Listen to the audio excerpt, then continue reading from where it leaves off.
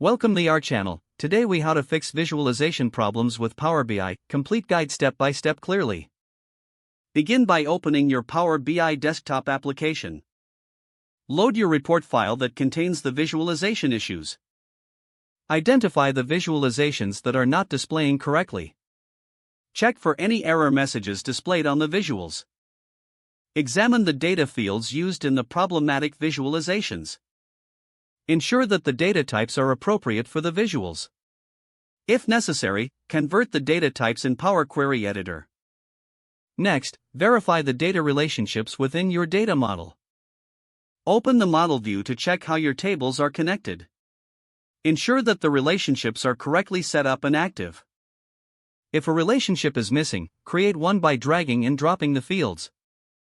After that, check if the visual has the required fields in the values and axis sections. Remove any fields that may cause conflicts. Make sure your data does not contain any null or blank values. If there are nulls, consider using DAX functions to handle them. Test the visual by examining the filters applied to it. Clear any unnecessary filters that may be restricting data. Next, ensure you are using the correct aggregation method. Switch the aggregation by clicking the drop-down in the Visualizations pane. If the visual is still not correct, check if it is set to display by category or series.